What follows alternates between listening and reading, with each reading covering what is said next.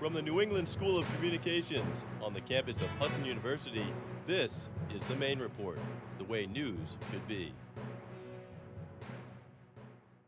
Welcome to the Maine Report. I'm Chris Czachor. Today we will be talking about concussions in sports, how they affect an athlete's brain, and how they are treated. An estimated 1.6 to 3.8 million sports-related concussions occur per year. Our guest on today's show is Mason Roy, the assistant athletic trainer at Husson University. Mason graduated from the University of New England in 2014 with a Bachelor of Science in Athletic Training and worked as an athletic trainer at John Baptist Memorial High School for 2 years before being hired at Husson this summer. Mason, thank you for joining us. Thanks for having me, Chris. So I'd like to start off, if you can, by telling us a little bit about what actually occurs in the brain when a concussion happens. So the hit's sustained by the player, usually the athlete. So they kind of get a bruise to the brain, essentially, is what commonly happens. There's an influx of proteins that kind of come in along with blood and all sorts of stuff that kind of affect the neurological function and cognitive function therein. So those things kind of reproduce and cause them to not be able to know where they are. Common things, headache, dizziness, things of that nature. So from what you've observed during your time as a trainer, what kind of impact or plays usually cause these injuries? You know, I think the common misconception is that a lot of times it has to be a major hit for a concussion to occur. A concussion actually can occur from a soft hit, kind of you get a whiplash effect that happens. Think of the brain kind of as a fish in a fishbowl. So if you were to shake that up, the fish kind of gets smacked around. That's kind of what happens with the brain. So if your head is moving forward and comes to an abrupt stop, your brain is going to move forward and kind of hit the wall, hit your skull, things of that nature, and that can actually cause a concussion. So it's not just the big hits that you see all the time. It kind of differentiates a lot. So it could be something like a bounce off the floor? Yeah, absolutely. Or even somebody kind of falling towards the floor trying to catch their head. Your head might not actually hit the floor, but that deceleration of the brain, of your head, the brain's still accelerating in there, and it's going to hit the skull, and it's going to still result in a concussion. Right. So when you're evaluating an athlete for a concussion, what kind of symptoms are you typically looking for? So we do mostly cognitive functions is kind of the biggest one that we test, but we also look for symptoms such as headache, dizziness, nausea, ringing in the ears, things of that nature. And then we test the mental acuity. So we have them say the months backwards, we have them count backwards from 100 by sevens, things like that. We have a whole lot of testing that we do. We have the SCAT-2, which is kind of our sideline one, and then the impact test, which is pretty well known by a lot of people. That's used more so to see if we can reproduce any symptoms while they take that test on the computer. And once the concussion has been diagnosed, what kind of struggles will the person with this injury have? So a lot of our athletes, obviously student comes first. So sitting in the classroom, the lights might be too much for them in the classroom. The kind of thinking is usually tough for them. So doing any schoolwork, things of that nature, you can kind of reproduce symptoms. You can feel lightheaded. That headache will come on pretty bad. So we go through an extensive process to talk with our professors and whatnot, let them know the students sustained a concussion, so they might have a little bit issues. And the professors here are awesome. They understand that they might be a little bit slower, and they kind of give them a little bit leeway to recover and return in their work. How often, or how long, rather, do these symptoms usually last? So commonly it lasts about 2 weeks. I think normally it's about 4 to 5 days is a normal symptom, but anything longer than that, anything longer than the 2 week period is kind of when we get into advanced stuff. We send them to see a doctor, a neurologist, things of that nature to kind of get it all sorted out. And so how long after the athlete stops showing symptoms can they get back onto the field? A lot of places do 24 hours, and then you start a return to play process. It's 5 steps. So you start with doing a light aerobic workout, see if any symptoms progress. If you're fine, you just kind of progress back to doing sport-specific things. Overall, it's about 5 days usually. We are a little bit more conservative here. We like to wait 48 hours before they're symptom-free before we run them through that stuff, just to kind of make sure that everything's fine, and it's not just kind of like you had one day and you were all right. We just really want to be on the safe side, especially with the brain. That's right. So after how many concussions do you start to worry about someone like this affecting their future? There's not really a set number where you worry. I mean, one concussion can kind of put you out for an extended period of time. I mean, you look at today, Andrew Luck just kind of got ruled out. He's still in the protocol for the NFL, so it can kind of be sustained. So it depends on the severity of the concussion. But if you have several bad concussions, we start kind of conversing with the athlete and having that discussion. Is this something that you really want to put yourself through, and things of that nature. So. And how can several bad concussions affect someone's future? I mean, cognitively, it's you use your brain every day. You use your brain from the moment you wake up to the moment you go to bed, and even in between there. So it can kind of really dampen somebody's overall ability to remember things. That's also a symptom that we look for is short-term and long-term memory. So those things are usually the first things to go. And then there's obviously been in the news a lot about CTE, chronic traumatic encephalopathy. So that's kind of the buildup of tau protein on the brain. It kind of changes people's moods and whatnot, and you kind of go from manic to depressive pretty quick. So those are some things that can result. And do concussions to a younger brain of a child affect it any differently than it would in an adult? It does. So usually you see in research a concussion to a younger brain takes longer for them to recover because they're still growing and you're still learning, your brain's still growing and going through all that stuff. So it can have a little bit more adverse effects than it can to a mature brain. All right, and can it affect a young brain worse in the future than it would in adult? Yeah, I mean, it can definitely delay that growth process, that connection of the brain to the rest of the body and the thinking and the cognitive functions.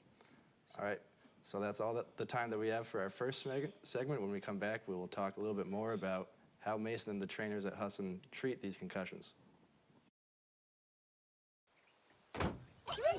They'll test you, try to break your will. But however loud the loudness gets, however many cheese puffs may fly, you're the driver, the one in control. Stand firm. Just wait. And move only when you hear the click that says they're buckled in for the drive.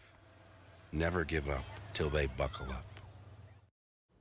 Everywhere that we go, he makes people laugh and makes people smile, and I feel like I have that quality. He's the one who always takes me fishing. I watch golf with him.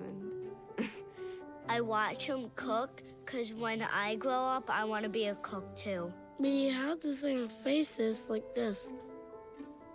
Dad is the one, when you fall, that picks you up. That unconditional sense of presence and reassurance is really what makes him my father.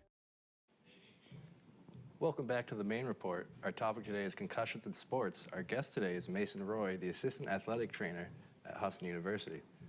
All right, Mason, so you mentioned in our first segment the impact tests that you put athletes through, and those have gained a lot of popularity around the country in recent years. Could you tell us more about that process? Yeah, so every incoming athlete is put through a baseline test. It's the same test that they're going to take post-injury, but we just kind of get a baseline of where they're at cognitively. It gives you a cognitive index, which is kind of an overall, they use an algorithm to determine what kind of level the athlete's at mentally.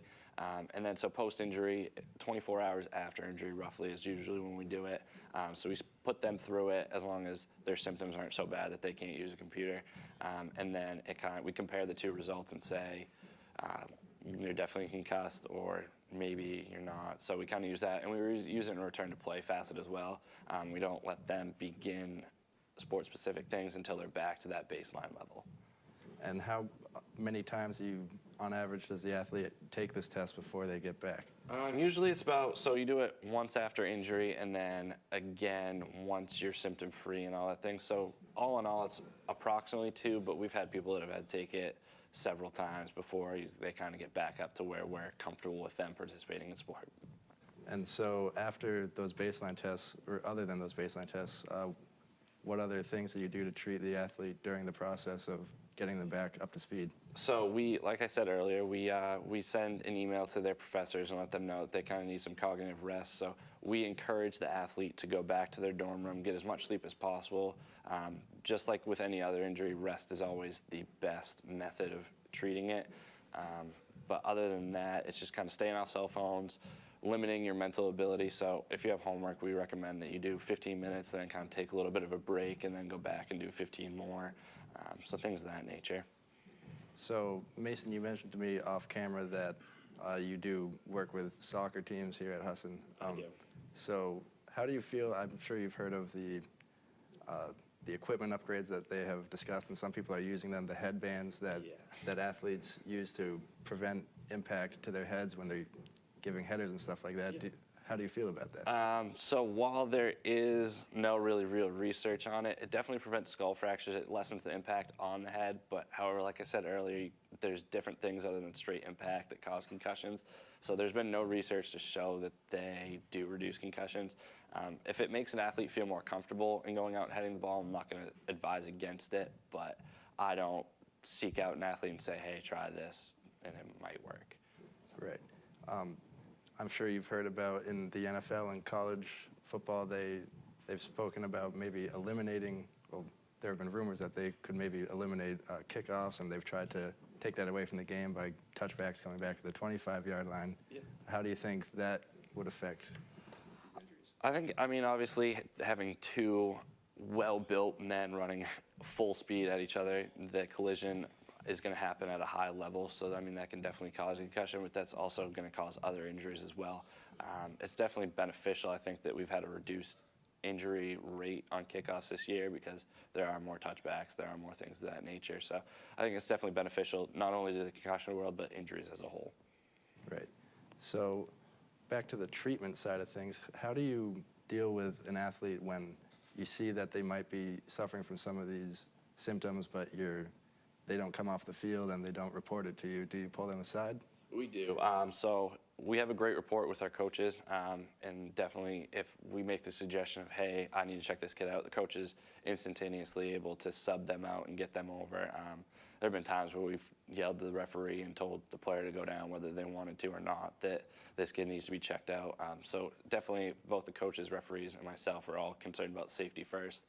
So we'll tell the coach, we'll take him out, run him through an eval, and if he's good to go, I'll let the coach know. If he's not, I'll also tell the coach, yeah, he's done for the day, and we enter him into the protocol. How often do you think that happens?